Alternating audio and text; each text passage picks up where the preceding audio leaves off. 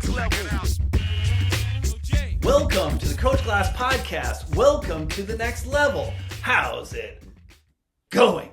It's 2026, folks, and I'm gearing up for another year of lectures and perform betters and all that fun stuff.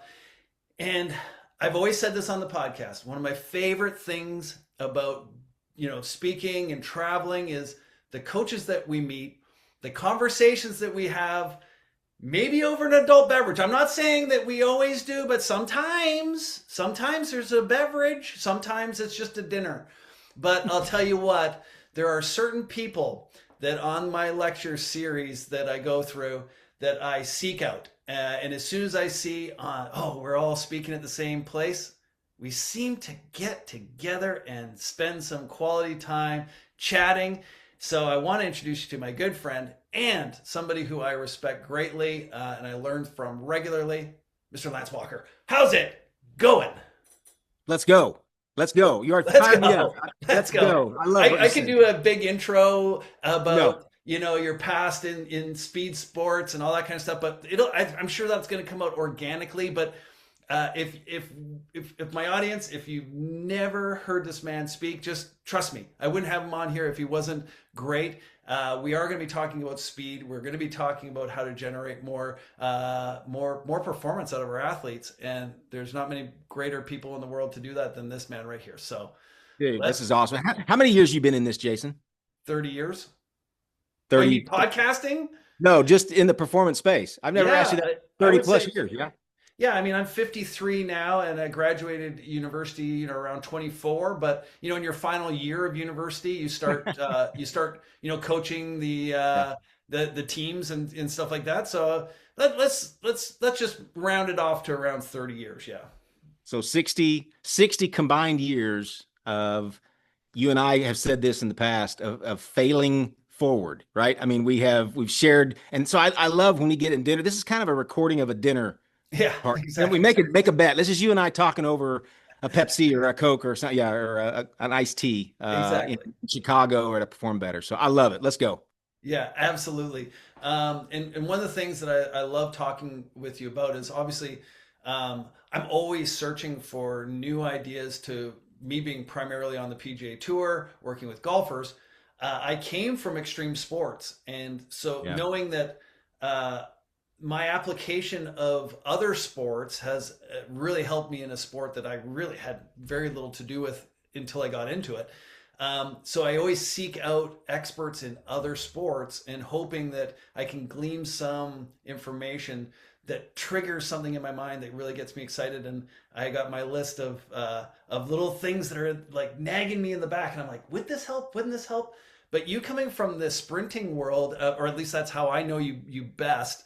But coming from the speed world of you trying to make people faster, what would you say? What brought you to speed? You came from that world yourself in your own training, and like most of us, had some success, but ended up coaching, or how did you get into helping people get faster? Yeah, well, it probably goes back to my time as an athlete.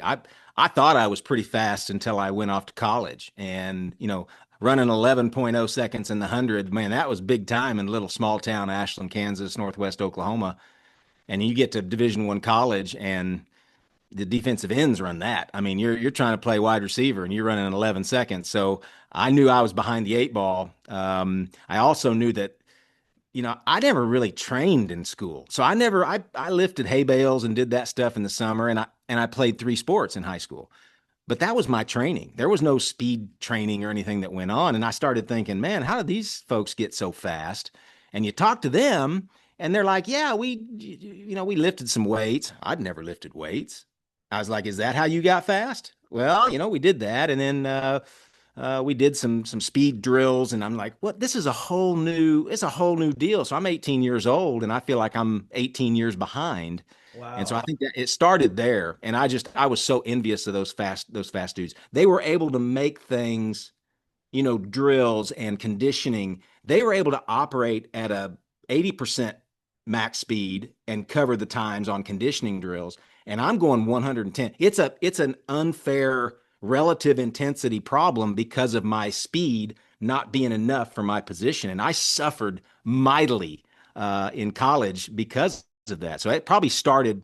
It probably started there, Jason. I don't know. That's where it starts, and where I think I met you was after 15 years, plus 15 years of what you went through as a coach, et cetera, all the way to the last 15 years before I met you with a guy named Michael Johnson, who he was pretty fast too. He's And fast. I thought I knew something, and then I met him, and I learned a whole nother world that I was able to apply all the basics, the first principles of strength conditioning, and that with this whole elite level speed. And I thought that was elite level speed until I started with Michael in 2007, and then all of a sudden, man, the freaks coming out. I mean, we're talking freaks at level, and I was with the Cowboys for a while, so there was freaks there too. But I'm talking about the freaks after the freaks coming in, and where it got fun was we were now known for being the speed place. Yep. Guess what happens? Not only do you get the freaks of speed, you get people that aren't fast because they want to come to I want to come to where we get fast.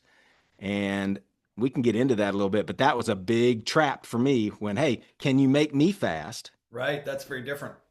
And now it's, oh, I got to leverage this elite top 0.1% stuff for Yeah. you.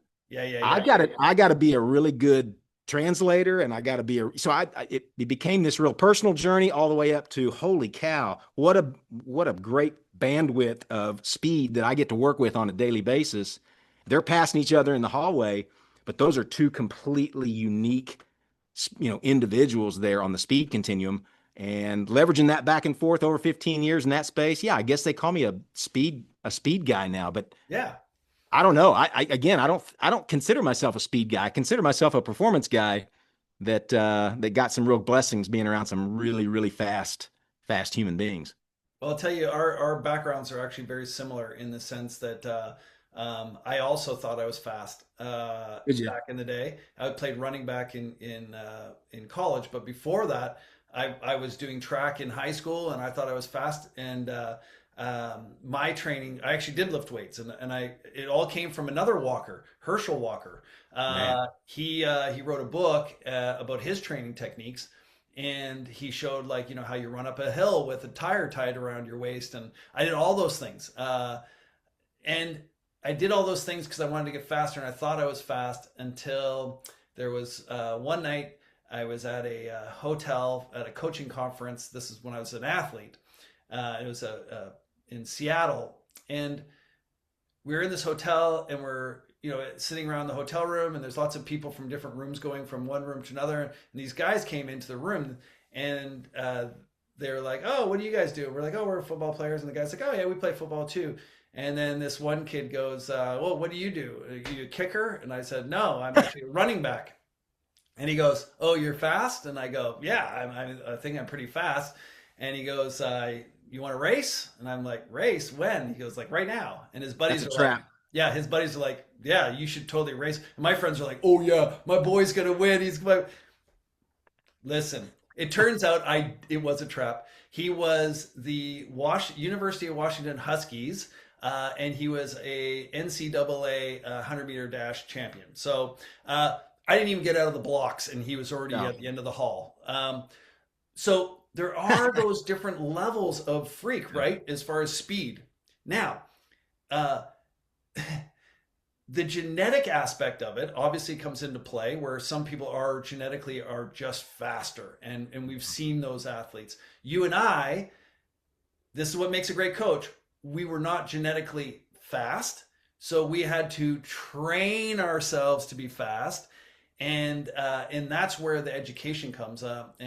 And I think that's a beautiful way to start, is to be a great coach. You do have to almost have to be behind the eight ball, and you have to train yourself to be average, almost, even just to, but you'll never be elite No, unless no. you have some of those extra characteristics that we're looking for. So Elite in your own personal journey. And I think sure. that you mentioned that these I call them freaks with all respect. I mean, they're Yeah, great yeah, of course. humans. They're amazing humans. But Michael taught me that about speed when he would help us with combine, NFL combine training. Combines coming up here and that, and we had a real flourishing NFL combine prep business, and he would get very frustrated because things that he's like, well, just do this.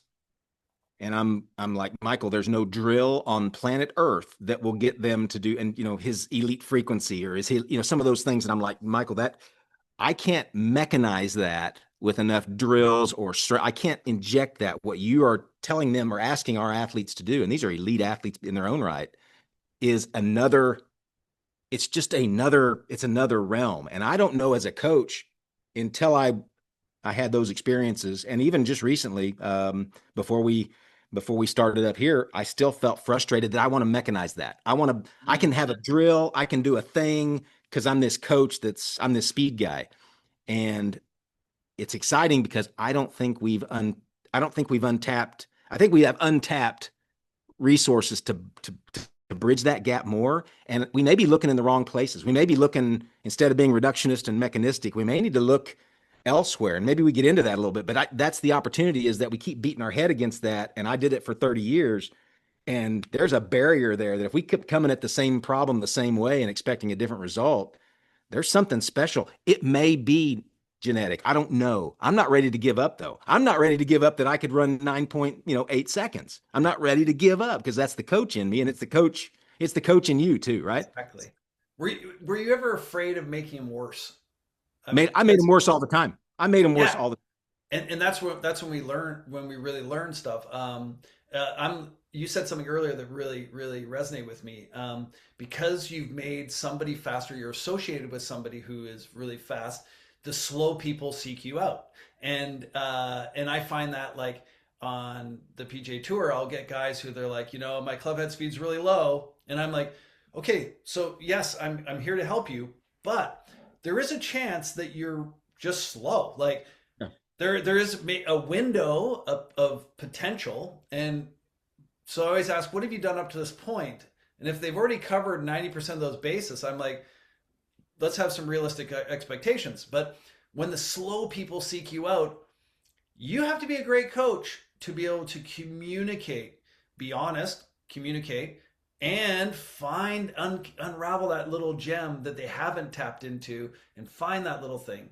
But yeah, you're absolutely right. It's like, you almost want to, I don't know, how do we market ourselves to just get the fast people that are already No, fast, and you just get to go, no, yeah, just yeah, yeah, polish. Yeah, I you're did just that. sharpening a sword. Yeah, you're just sharpening. And I'll tell you what I did. It's a humble space I think we need to get into, right? If and we in combine, we would get amazing athletes from amazing programs, and I'd get them for 6 weeks.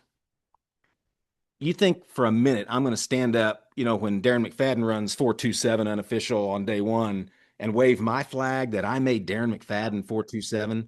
Man, coaches, if you're listening, don't do Never. that. Don't Just ever. don't do that. Don't go there. What made Darren McFadden fast, I don't even know. But I know one of the first phone calls I made was to his college strength coach, Mm-hmm. Coach Decker. Coach Deck, thanks for your help with McFadden. You tutored me along the way how to help with McFadden's, 4.27 that he just blew for all of us out in front of everybody. All I did, we just helped polish the sword that was created as part of your watch. And then the Right. very next person, I need to probably call McFadden's high school coach. I need to call, how far down do you go to thank the people for that 6 weeks that you got to stand up there? And that was a great win for Darren. It was a great win for Decker, for the Arkansas program to do that. It was all over the front page in Indianapolis. It set us up as a company at MJP. As our first year. That was our first combine class. Wow. He does that, and I'll never forget the media said 4.27. It ended up being officially slower than that. You know how the combine's weird, Right. but it was enough. And it put us on the map as holy cow. And to your point, now you got everybody knocking on your door saying, well, that's the 4.27 place. That's the fast people. Make me fast. Mm. And that became a really important conversation, is pull the door shut and say, yeah, what we're talking about here is removing the barriers so you can express the fastest version of yourself. Right. And that's our job in that NFL combine period of time. And so that's a great example of being a good coach. You mentioned another good example you do all the time. I've seen you do it. is don't screw up their superpower. Oh, So yeah, yeah. if you're a coach listening, I've done this. Everything I'm talking about today, I've screwed up. So this is my disclaimer. Every single mistake I'm going to explain, I've done. This one is important. We had an athlete. You would know this athlete. Okay, this is a famous athlete known for to being one of the greatest athletes that you could be. Came to us because one of the things that athlete needed was to be faster for that sport, that event. And yeah, that was not his it was not his superpower. It was good enough, but it was something he really wanted to focus on. I made a mistake, and I've corrected since then, but I made a mistake with not identifying, well, what do we not want to give up to go get that? You know, Yes. and if it's to go get a tenth of a second off of that, where am I having to go find that? Because you're going to have to go after and tap into other resources of time, energy, effort, joint, endocrine. I mean, you're going to tap into some other things to go get Yes. that. There's going to be We a got to cause and effect to everything. Yeah. so I blindly went into some of these where I was just like, well, yeah, we'll just and all that. No, I mean, make sure they don't give up. And in his case, it was sleep. It was Wow. crazy. Sleep was his superpower. And if you start marginalizing sleep or tapping into that sleep at any juncture, all the other stuff comes unraveled. So it's that dynamic systems theory, I guess, where it's all kind of Right. overlapped. Yeah, give him some kryptonite for his sleep and see what happens to all that other great drills and skills and strength and all the cool plyometrics. Were you having them lift at midnight? What are you doing, coach? Hey, you got to think about everything from the nutrition to I mean, you just know where that superpower is. It would be like Michael. Michael tells a good story. I hate to go back to Michael all the time, but he That's all taught me good. this. There's just so everybody understands, there are certain names that we can share on this podcast, certain Yeah, ones we can't. So if we say an athlete, we're not like it's just because it's for some athletes want to have their information shared and some people don't. So yeah. we're respectful of that. Yes. Well, Michael he's a obviously does, so we can speak Michael, about famous runner. He was famous for a for lot of losing against the Canadian. Yes, that's right. Yes, well, you're and absolutely right. he Yes. won a lot of races, and his superpower Except for was one. That was his part of best it sport was one. that fast turnover. Yeah, no, Yeah. you're right. Part of it, Yeah. it wasn't that it was a there was a piece of his kinematics of his sprinting technique that allowed him to just, I mean, turn it over. And you think about frequency as one aspect of the mechanism of creating Yes. speed. That was his superpower. So if you went in and tried, and Coach Hart, God rest his soul, passed away earlier, I think this year. He didn't try to tinker with this weird running, mechanics to go after more stride length or whatever, more, front end mechanics or more, because he was smart enough to realize that you're not gonna be able to rob Peter necessarily to pay Paul. And if it begins to pull away his superpower frequency, you're doing what you just said. You're making them worse to go to chase after something that's maybe a marginal gain that's not worth it. So good points around. And again, my mistakes. Made them, continue to make them. But those are examples where I've learned the hard way. Yeah, I've got a player right now. His superpower is hitting the ball dead straight, and I know. But here's the deal: for like if we go into the weeds of golf performance, hitting it dead straight is actually not a good thing. It's really good for accuracy and it's consistent and all those wonderful things, but there's not power in straight. So this person's seeking distance, and we were able to get distance. But I had to make it very clear, and we had to sit down with the whole team, the coaches, like everybody on the team, including his wife. Like, just so you guys know, if we make him faster, he might not be as straight, and this is what his superpower is. So, do we want to do this? And they made it very clear. Statistically, it's going to make more sense for us to go after the power than the straightness. And if we can do both, then it's going to be world class. So, yeah, we because of our experience, as you are experiencing now, we go into, do I want to take on a client? It's never just, oh yeah, they're a big name. Oh, yes, please, please, please, please, please. It's now, how I always look at how can I screw them up first, and then make sure that those boundaries. Is everybody cool with this? Okay, we're all clean. Yes. Okay. Now, are we going to dive in? And if we're going to dive in, let's do it really, really cautiously.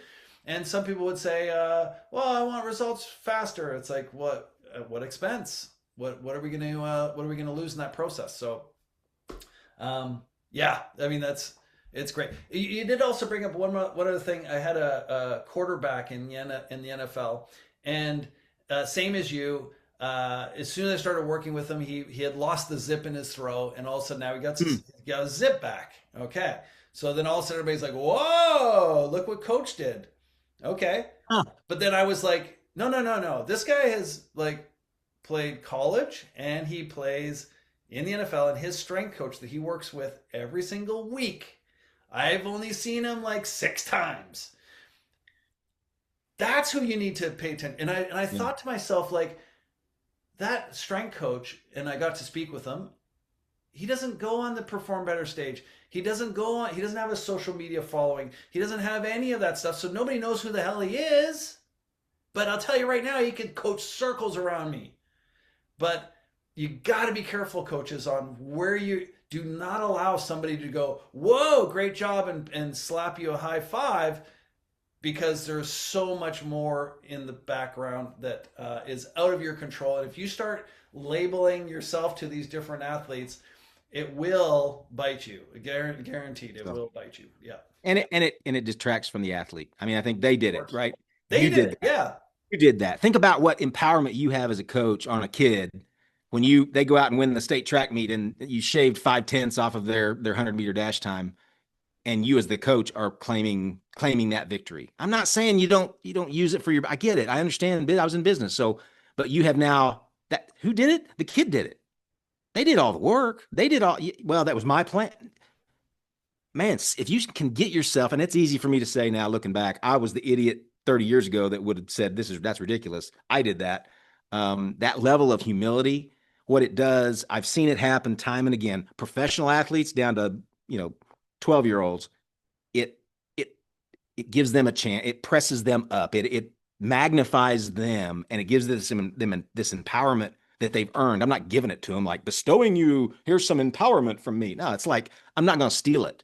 And Right. indirectly, we as a coach, I have done in the past as a coach, have indiscriminately stolen that opportunity to provide throw some gas on that empowerment piece and flatten some tires with it. And so, yeah, again, I'm talking. I've got this picture of myself when I was 21, and it's up here in the corner here. I'm talking to the 21-year-old. I wish, I know. and even if you would have told me then, I'd have been like, "What is this old fart talk?" Me, old fart talking about. But that is along the way, the mentorship. I think that coaches with 30 plus years that have been in the game long enough, man, that is just absolute gold for anybody listening, young, old, whatever. And that if you're out there helping folks, man, that's a great one you pulled up there, Jason. Great one.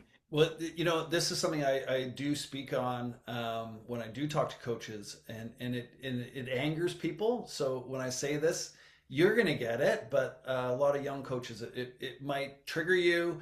But when we really think about it, and maybe we can talk it out today, I decided at a certain stage, or acknowledged at a certain stage, that I am a person of service. And what I mean by that is that my life purpose is to be of service to other people. And then so some people would say, well, no, no, no, you like you don't. What are you, like a slave to the somebody else's boss like that? And I'm like, no, no, no, no, no, no. I givingly and gladly give my service to people, because a life of service is I know it gives me purpose and it gives me joy. So if I'm going to be this person of service, then I also cannot take the limelight, because that would be like the opposite of service, which is now they're serving me, like, be it the audience or whoever's praising me is serving me. So I always want to take a backseat, a little humble backseat, and say, I'm just a person of service. And this means this. I've had people I'm there as the strength coach, and we're out there on the driving range with a world-class athlete, and then they're like, man, I'm getting hungry. And the coach is like, yeah, but we're getting some good work done. I'm hungry too, but we got to get through this. And I go, you guys want me to go grab some lunch for us? Like, I can go grab some lunch. They're like, Jay, don't, come on, we can find someone to do that. And I'm like, no, I mean, I'm just standing here. I'll go get you some lunch. They're like, Jay, seriously, Jay, you don't need to do that. If it's going to help the team, they're like, but that's not your expertise. And I'm like, what, my expert? Why does it have to be an expertise? If I can help be of service, I feel valued. So I'm just saying, coaches, don't get on this like you're the superstar. You're not. You're a person of service. And if you don't want to be a person of service, don't be a coach. It's a great point. It's selfish for you, Jason, because you get energy from serving. You know, Yes. that's your love language too. So we get sometimes I do too. I get a lot of service energy. And I think, yeah, that should be everybody. And I'm thinking, man, I'm selfish.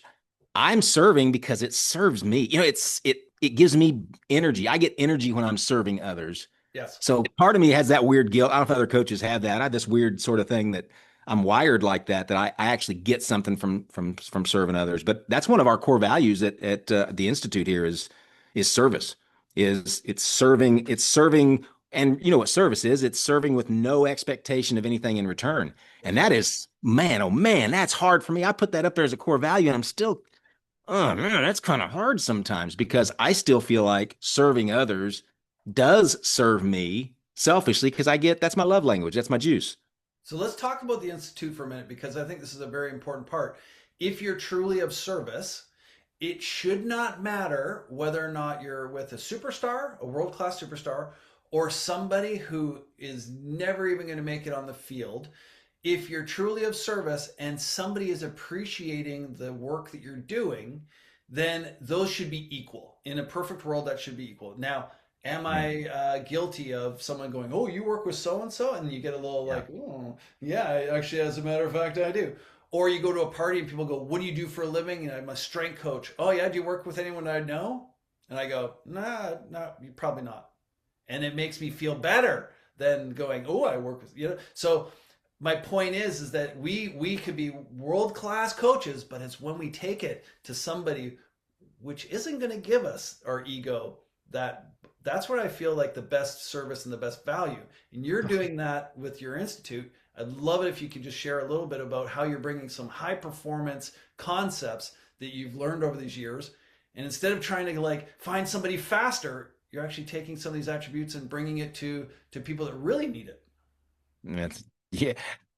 You touched on something that is a litmus test I used in my previous business on young coaches because we'd work full shifts, full day shifts. And you as coaches that are listening, you know how that works. It's early morning to late evening. And man, it's darn tough. You know, if you've been there since 6 a.m., by 8 o'clock, 9 o'clock at night to really have the juice every day. And then you wake up, it's a Tuesday, it's time for Wednesday the next day. But as you know, in the industry, a lot of times it was the professional elite athletes in the morning and early afternoon. And then it was the kids in Mm-hmm. the evening. That's how you made your Yeah. business work. Well, the same in our model, the same coaches in most cases, the same coaches, they were operating on both ends of that continuum. And that was a great litmus test of a coach is they'd get in the morning with Joe Blow NFL, wide receiver that everybody knows, and you bring in that juice and it's 7 in the morning and it's Joe Blow, Mr. All Pro receiver that everybody knows. 8 o'clock comes around and you've got little Johnny, 12-year-old that can't skip a rope. Are you able to bring the same energy and input to little Johnny, 12-year-old, that you would bring to, Joe Blow, the NFL All Pro? And that was the expectation. Um, I'm not saying I can even do it, but at least it sets the parameters of what the expectation is as a coach for that level of input. And what ends up happening, as you know, as a coach, man, I learned a lot working with elite athletes. Don't get me wrong. I've shared with some of that here. You know where I learned the most? Little Johnny, the 12-year-old that can't skip a rope. That is where that is where coaching mastery, I believe, comes from, is down there versus I say down there, up there. There, see, I did it again. I flipped it. Up there. Little Johnny's up here. Yeah. NFL All Pro that can do a lot of this stuff naturally. That takes a whole nother piece of mastery as well to not screw it up and do really good. But man, get out there, young coaches, physical educators, physical therapists. If you're out there as a practitioner, man, you're going to learn up there with the little 12-year-old, and the more challenging the better, because all your mechanistic reductionistic drills and skills and bands and bungees and cool stuff we're going to talk about, man, that might not matter. What might matter is your energy and your service to little John. That might be that's the meat of the sandwich right there. All the other stuff is noise. That input, that energy, you get me fired up, Jason, because I know. I that brings know. me so much energy to talk about those. But I get goosebumps talking about little Johnny. I'll be honest, I don't get as goosebumps anymore I know.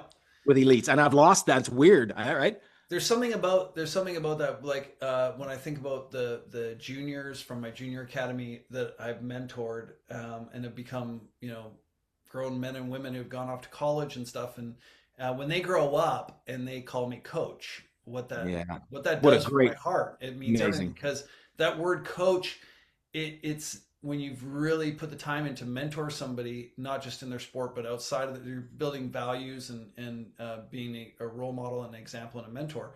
That word coach is almost like them calling you dad or something similar. Where if a professional athlete calls me coach, it's almost kind of like, hey buddy. It's almost like, you know what I mean. There's a transparency there that it's we all know, like you're being paid and this is the agreement that we have. Yeah. But to a kid, maybe their parents are paying, but they don't. That's not a part of their. They if they call you coach, that means something. Boy, yeah, transformational. What you're talking about with the institute is why I'm here at Oklahoma State University and taking this vision of where I'm at now, and I'm sitting in a temporary office while we build this mecca of a facility to house this vision is the power of a coach is one of the reasons I'm here is the impact that a coach can make on a human being's life long term. And that sounds cliche, but if somebody came to you, Jason, and said, "Hey, we're going to build an institute, and this institute's responsible for human performance and nutrition research that is going to benefit everybody, and we got big problems here in Oklahoma with obesity, cardiovascular disease, and diabetes. Go." I mean, that's where a lot of that's kind of starts. One of my first things was, holy cow. If I go to little Johnny onesie twosie myself and serve, I'll get a lot of energy. But man, I don't know that I can scale that. Coach, how many athletes you going to see today? How many athletes is the PE coach at the school down the road going to see today? The Right. personal trainer in the gym, the strength conditioning coach, the athletic trainer, the sport coach, the parent that's volunteering at the club sports tonight. Those are force multipliers. And as a coach, if you're listening, you're a force multiplier. I've been talking a lot about humility and service and all that stuff. Don't get the big head now, but coach, you are the foot soldiers, I think, of public health, a foot soldier in public health. You are impacting that kid, little Johnny, that you just talked about.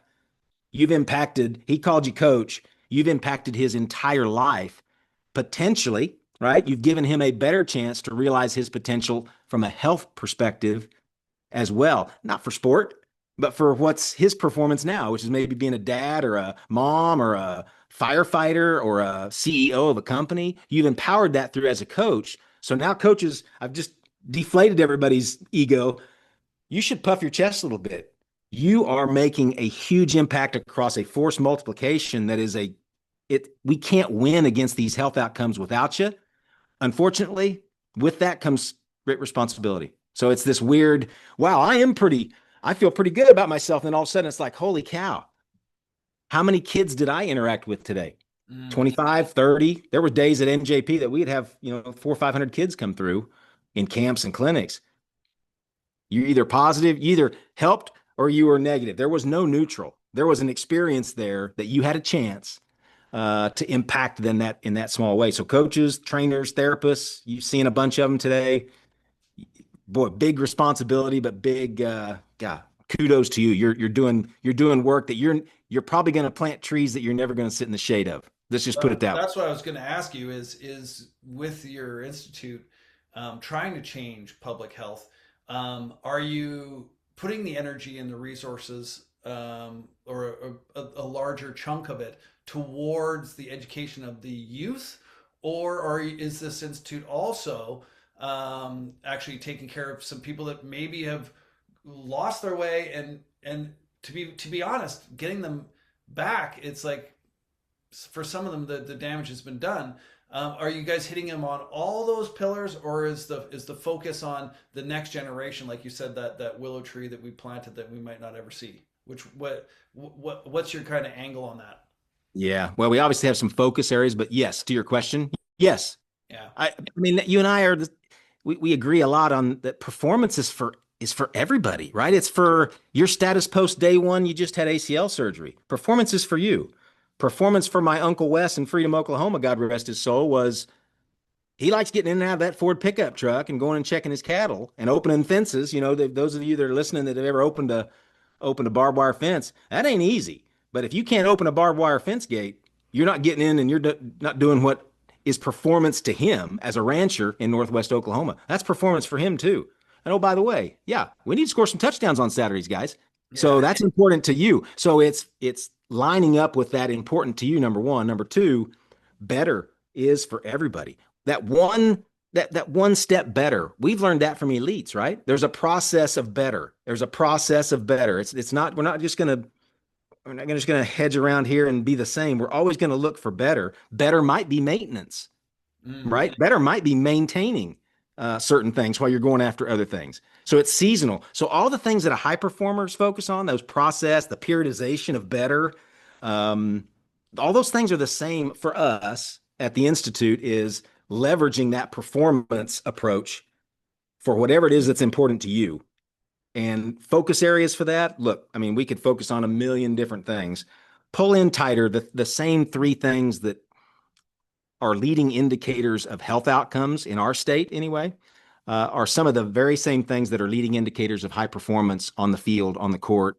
And simple things: move, eat, rest. I mean, we all do those things, right? We've talked about that at dinner. I mean, move, eat, rest. Those are the play spaces.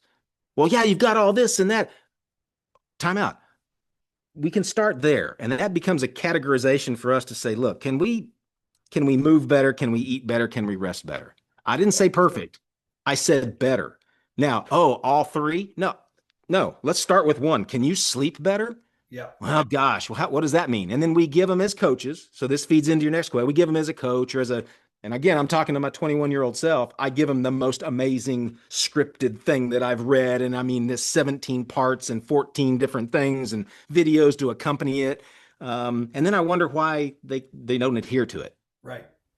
Well, you told me, we got to get sleep better, right? And then I give them this prescription of all this stuff. I've got to pull back a level as a coach and go, okay, yeah, where's the one place that we can start? The one thing that we can work on today. Yeah, I can't do this. I can't do this. I can't do that. I can't do that. I can't. So I guess I'm not going to do any of it. Well, let's find where you can do something.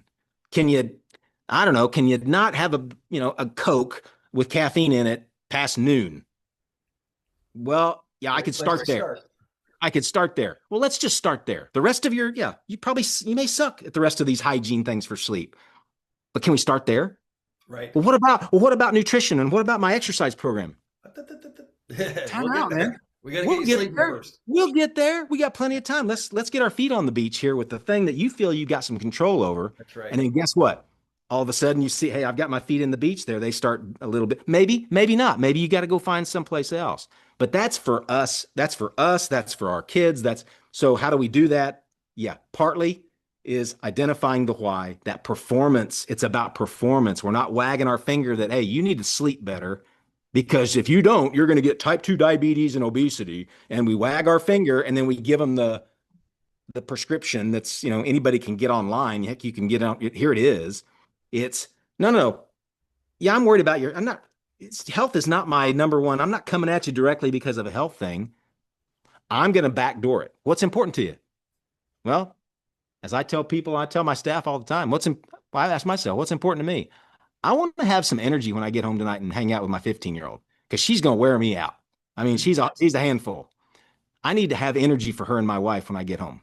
So that's a why for me. That's a why I'm not going to have a Coke at noon. Right. Because I love Coke and the caffeine in there. Don't get me wrong. You can tell I like caffeine, but I know I better choke that down at noon, because that could affect my quality of sleep that night. That could affect my quality of energy the next day for my daughter. So that's the why I'm doing it. Does it help me not get type 2 diabetes and cardiovascular disease and diabetes? Probably so, but guess what? That ain't why I'm doing it. It's a performance reason. And so I think what we're trying to do here with the Institute is lever performance to speak into public health. And that's, we're not public health experts. I'm not even a health expert. I'm a performance expert, right? Right. But man, if I can get in that space with you and we can bring up your performance for what's important to you. You like that, don't you? I mean, it's what's important to you is if it's golf or it's kayaking or what, or hanging out with your kids, that's what you're doing. And it's helping that. And you're seeing benefit to that. And that becomes sacred and you hang on to that. They're looking for other ways to dump into that, right? And all the while, I'm this evil, institute director back here going, I'm getting after health. You think I'm going after performance, which I am, but I'm leveraging that performance to get you in a space where you are focusing on things that are important to you. And these are going to augment things that are important to you. And backdoor, Trojan horse, if you will, right? Flipping the script a little bit. Not new, Jason. I'm not sitting here saying, oh, wow, look what I've discovered. Been around for how many years, Jason? We've been seeing that naturally happen all the time. When I got the Institute role here, it was, look, that's one way to get that information out where we can get that through the first force multipliers. And the force multipliers are coaches, physical educators, physical therapists. What are they focused on? They're focused on performance, right? Yeah. That's what I mean. A coach, a high school coach in Oklahoma. Yeah, they want to win games. Well, guess what? You think better sleep won't help you win some games? Well, it could if we educate, inform the coaches, inspire the coaches. They're going to meet with 150 of their athletes right here at Oklahoma State across the street. They become a great maven, an evangelist. They're doing my job, right? I mean, they're selling sleep. They're not sleep doctors, right, but they're buying into we're enabling them with evidence-based, decision support or evidence-based input that allows them to make the decision to, hey, we're going to keep sleep is going to be sacred around here. And that's why it's important. And quarterback Joe Blow over there is like, man, this can really help my hand-eye reaction speed. And this is something that's going to be important for my performance on game day. All the while we're sitting back here going, it's going to sleep. He's going to sleep better, potentially, right? He's going to sleep more consistent. We know that that's one of the metrics that they're measuring as leading indicators of health outcomes in the state of Oklahoma. For sure. Guess what the three are? Guess what three of them are? Yeah, they're smoking and some other things, but three big ones: movement, nutrition, sleep. We're number like 48 out of 50 in physical activity. We're like 47th in fruit and vegetable consumption, nutrition wise. We're not as bad in sleep, but we're not even in the top. I don't think we're in the top half nationally for the leading indicators. Isn't it cool in performance? Aren't those the same leading indicators that we're trying to get after for your elite golfers? I mean, you're doing it every day, right? But you're doing it for performance. And so those shared targets, that's what the Institute's about. How do we research those shared targets? Let me steal from your elite, speed demon over there. I'm going to steal from him and give to him. And I'm going to steal from down, I say again, down, up, down, whatever, across. I'm going to steal from both ends bidirectionally. And we are able to feed it this way, feed it upstream, downstream. But the whole time it's about performance. It's not through the lens of prevention of your disease or of it for the Institute's role in the public health space, community health space, individual health space. It's enabling those that are empowering health through performance. That's the strategy. And I don't know if it's going to work or not, Jason. I've seen it. You've seen it. We've seen it work time and time again, anecdotally. That's where the research is going to help us, right? We're going to figure out this thing as we go along. We're going to figure out stuff that works, that doesn't work, leverage stuff that does already work, and get better and iterate. And you're right. I won't be around when the ultimate outcome, the things, I'm not going to, I won't be here for that, man. I mean, I hope not. I mean, that's I say that with respect. I don't think I need to be here as long as I can begin to show through this process that we're attacking those leading indicators of performance that I just know. I've had 30 years, you've had 30 years experience seeing it day after day, that's going to play into some level of ultimate, better health for our state of Oklahoma. And I totally agree. I'm glad you boiled it down simplistic, See, I can't even speak. But you made it very simple with three concepts. And when I meet with a new athlete, the first thing I say is I say we have five things that we need to cover, and you've covered three of them. For me, it's sleep like it's your job, uh, drink water, like let's, but not just drink water, but like what's your hydration, Yeah. habits, and then eat clean, move beautifully, and have intention. So I just added two Yeah. things to that, but they're all the same. Um, but to an elite athlete, when I go through each of those things, like you said, they might already be doing, like if there's 20 attributes that would lead to better hydration, they're probably doing 18 already. And Mm. so our goal is to find those, like that 1% that makes them better. But when you take those same concepts, and that's great at a high level, when you bring it down to just like basic health, um, it might just be that key element. That number one is like it is letting them know that Coca-Cola is not water. That could be the biggest change in their life. Was like I just thought I got thirsty, so I had a Coke. Okay, so this comes back to on this podcast, I had an episode where I got to interview my high school gym instructor and coach from high school, and he was a mentor of mine. And to this day, I really say Coach Fleming was the reason why I'm a coach today. Is Wow. because he was the example of like, wow, he was such a mentor to me and made me feel so great, and really made me a man. And then to do that, I was like, if I could do that for others, that this would be a great life. So I had him on the podcast with all these assumptions that when I said to him, I was like, what are the highlights? What are the greatest parts about like your whole career as being a high school educator, phys ed coach, and all the teams we won, provincial championships in lacrosse. We won, basketball championships and all this stuff. And I was like, what was the highlight? And what he said is so beautiful. He said, to be honest, Jay, I wasn't a physical educator for guys like you. He goes like, it was great. Like you were a great athlete and we accomplished a lot. But my real success was getting that kid that was sitting in the back who didn't want to participate and getting them off that bench and getting them just to be a part of the game in their gum boots, Yeah. and get them a Cosm hockey stick and just get them in the game and let them have an appreciation for physical activity. And I felt like such an asshole afterwards. I was like, oh man, I suck because my whole life has all been about like elite. And he was like, no, it's bigger, dude. Let's just get people to participate and enjoy physical activity and just be a part of it. Oh my, this is exactly Um, what you're doing. You are making that big circle back to the simplest thing. And it's like, instead of this world class person winning a gold medal, it's like, let's inspire the person who doesn't even want to go for not a sprint, but a walk today. that you said it too. You said it on the other end of the extreme.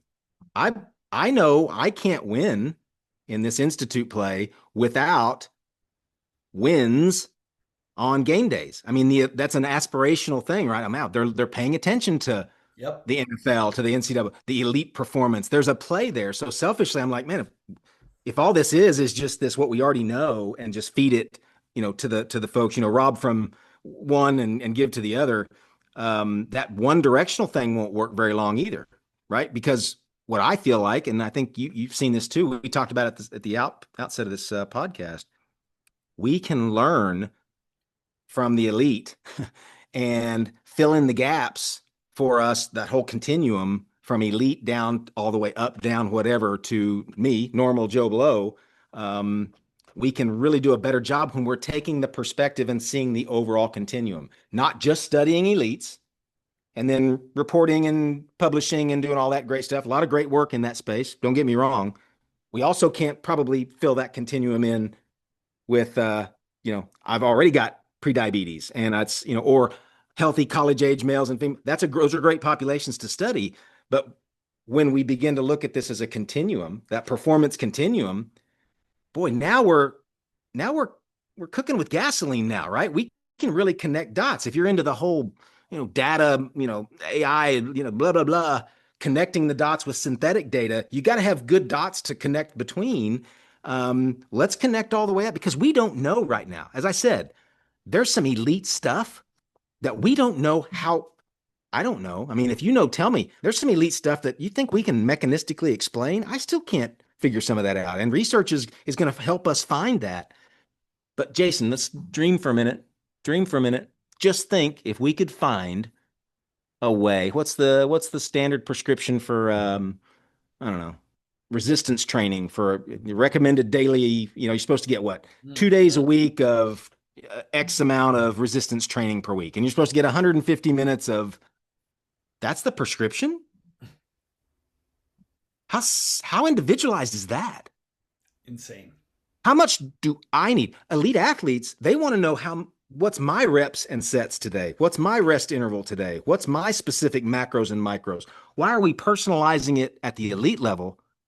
And I just get the off the shelf 150 minutes of that's my performance prescription. What? Wait a minute. Can you count my steps for me? I got 350 steps to go today. No. Is that our indicator of health? We personalize for the elite. Yeah. Why aren't we personalizing? Well, it's hard. I'm not saying it's easy, but we can learn from them. Number one, how to personalize. Number two is I say ain't nobody. I'm going to use my example. I ain't got 150 minutes a week. No. I don't have time for that. What I would have time for if you came to me and said, based on your data, based on your, I don't know, digital twin that we create of you, your digital twin only needs 27 minutes a week. I'm picking a number out of this plus a little bit of that and one of those. And it cuts your time down. Just think. They go, I can do that. I can do that. I'm going to do that. That's for me. That's your program. I don't know. Their next question is always, well, I can do that easy. What else could I do? What else can I do? Because you've made it manageable and personal. Yeah. And it's optimal. Smart training. And again, I learned this in 30 years, being smart with our training, being smart with our therapy, being smart with our education, maybe effective, efficient, and ethical.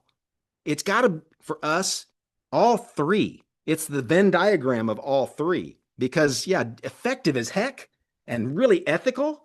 We know what's effective and ethical. What's the barrier to entry for some folks? For me, as an example, maybe for you, I've seen it as a barrier for elites. How efficient is it? Is it based in real world? I've got the same 24 hours as you. Not really. You don't know what 24 hours I've got, what I've got to deal with at home. I got to drive 50 miles and I've got to work another job. I live in a food desert. You don't know me. You're right. I don't know you. We need to come forward with the prescription that fits your solution. And we can do that. We are doing that in a lot of cases. I don't want anybody listening in saying, well, this guy is ill-informed. We've been doing that and I've been working hard. I get it. I'm just saying this. As an institute, our remit is where can we continue to pull from both ends to pull into that natural space? And believe me, we're going to learn from prediabetes. We're going to learn from osteoarthritis. We're going to learn from stroke. We're going to learn from spinal cord injury that may unlock, think about that, may unlock up here or down there or whatever with the elite athlete. There's some unlocks there. I'm not ready to, as I said, I'm not ready to give up on the unlocks either direction. It's just a different way of kind of conceptualizing for us as an institute. So I think if you're listening to this, it becomes we want to inform you, we want to inspire you, and we want to involve you in this process because we know that's behavior change, right? Just informing somebody of something to do doesn't get a whole lot of behavior change traction. How do we know that? Research, really smart research from public health, epidemiology. We've learned that. So let's leverage existing science and patch it in with performance. We can do a lot of really big time things, I think, by this transdisciplinary team, mix it, collaborate it, put them together in rooms together and have them fight it out. And I think that goes on every day. We're going to make sure as an institute, as we continue to iterate here, we become a flywheel for that kind of thinking. And it's not going to be necessarily for everybody to come in and do that. But we've got people here at Oklahoma State that are amazing at their work. and they are excited. They're like, wow, this could be really cool. This could be a flywheel for me to leverage my expertise to pull in with this expertise. They're doing that organically. I want to dump gas on that with this institute. This becomes a flywheel for that sort of work. Where does that come from? High performance. Right? I mean, we've been leveraging that. Hey, put the strength coach and the nutrition person and the mental conditioning coach and the technical tactical coach, put them in a room together, right? Mm-hmm. Because what happens if they're in separate rooms, having separate discussions on separate, scripted things? It's mush, right? It's what Alan Cosgrove called that, some kind of stew, borscht. I think he called it borscht, right? Where it's like, yeah, we've got the best. I love chocolate sauce and I love barbecue sauce and I also love ranch dressing and I really like cayenne pepper. And I'm going to put all that on my ice cream because I love ice cream. But it's the best, Jason. It's the best pepper. It's the best barbecue sauce. It's impeccable chocolate sauce from Brazil. I mean, this is amazing. Good borscht. And when he said that it'll perform better, I went, oh my gosh. That's a really good way of saying that. Yeah. I'm back here going, oh my gosh, that's me. That is me. I'm doing that right now. And I was, 20 years into my career when I heard him say that. That's and awesome. It struck me, it put me right between the eyes. That's not the concept that we're talking about. It's got to be complementary. But those pieces have to know what's on the plate. It's barbecue today. You might be serving Szechuan, a little bit of, you might be serving a little bit spicy. You might really like, Eastern United States barbecue flavor. We're still serving barbecue. You know what I mean? It's still barbecue. It's brisket, but man, it's personalized for your taste, but you need barbecue. I mean, barbecue is going to be important think if we could unlock that, personalize that. Now, all of a sudden, you as a consumer, you're not just informed, you're involved, right? And you're inspired because we get fired up because the coach has all this energy that you're hearing from. Man, what could happen, Jason? I don't know. I mean, think about that. I don't know. I'm excited to find out, and we're seeing some of that right now, where we're seeing some of these aha moments. Jason, I had one just yesterday. We're empowering coaches here in Oklahoma through a telementorship. So we're reaching out to them via a Zoom platform like this and providing them, surrounding them with experts here at Oklahoma State and experts in strength conditioning, nutrition, mental conditioning, athletic training, sports medicine, administration, education. We're basically putting experts around this community of coaches, physical educators, depends on whichever the focus is. But the idea is, look, let's surround you as this sort of telementorship community to level you not up, but support you in your fight, whatever town you're in, to make the best version of yourself for your athletes. And what we've seen is this elevates them. It gives them even more confidence. It inspires and informs and it involves them. Yesterday, we find out that there's a warm-up, evidence-based warm-up that can reduce injuries by whatever, 30 to 50%, depends on the population. It's the FIFA 11 plus is an example. That's been around since 2006, right? How many coaches are using that thing? Yeah. Not enough. And it's a simple tool that everybody could benefit from. Yeah. It's you evidence-based. Can personalize it, make it your own if you want to put your stamp on it, but at least the foundations are there. Great example of where's the evidence base to support. Oh, it's all over the place. Well, yeah, it's evidence-based. Well, why aren't we using it? Well, there's barriers to using it. It needs to be do this and this. Let's empower the use of this evidence-based tool in your setting. And if you're a club coach in Oklahoma City now you're aware of it. You're inspired to use it. We've made it super easy. The FIFA has made it super easy, right? To access it. There's free stuff there. We're leading the horse to water and then helping. And then ultimately the goal is, 2 days a week, throw that in there, see if it works. You get confidence with that. What does it do? Potentially, evidence would say that it's going to help reduce the risk of injury. I can't say it's going to prevent them, but going to do those things, right? Evidence base says that. I'm that evil genius, evil whatever, professor up here going, 2 days a week. I'm getting 13-year-old girls doing plyometrics, a structured dynamic warm-up, some hamstring activation, some lateral trunk stuff. I don't know what else they're doing in their life, but 2 days a week. Yeah, you're getting that. I know we're getting that. And what is that going to do for them in soccer? And I love that. And what's it going to instill in them? Right. They go for it. They have a healthier soccer career. Who knows? They play soccer longer. The longer they play soccer, the better chance they're going to be an active adult. Research is telling us that, right? That research is there. So let's just keep them in sport. Even if they Mm. suck, they suck less today than they did yesterday. They'll Chances are they'll stick with it. Not if they get hurt, but if they're also not making any improvement. So those are the simple mechanisms of how we feel like the sausage can be made, is to create those solutions or those translated patchworks to those evidence-based solutions that are maybe already out there.